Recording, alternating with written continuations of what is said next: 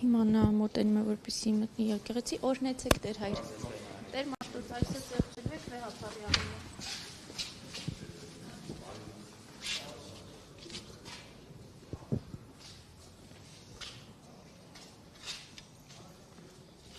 Դուք ավելի խելացի հարց չունեք, դուք չեք ուզում Աստծո արքայությանը ներկայացնել։ Դուք եկեք խնդրեք, որ Տերը ձեզ Աստծո արքայությանը արժանացնի։ Դա խնդրեք, ուրիշ բան չի։ Դուք եք մատուցելու պատարագը։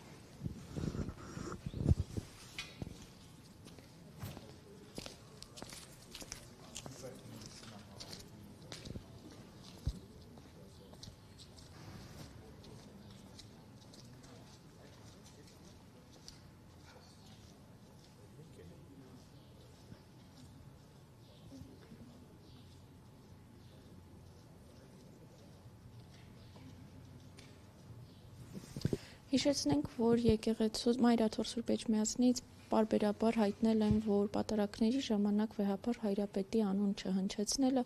դա կանոնից դուրս է եւ այն հոգեվորականները, ովքեր չեն հնչեցնի Վեհապարի անունը, նրանց հարցը կքննվի համապատասխան հանձնաժողովում։ Քիչ առաջ տեսակ, որ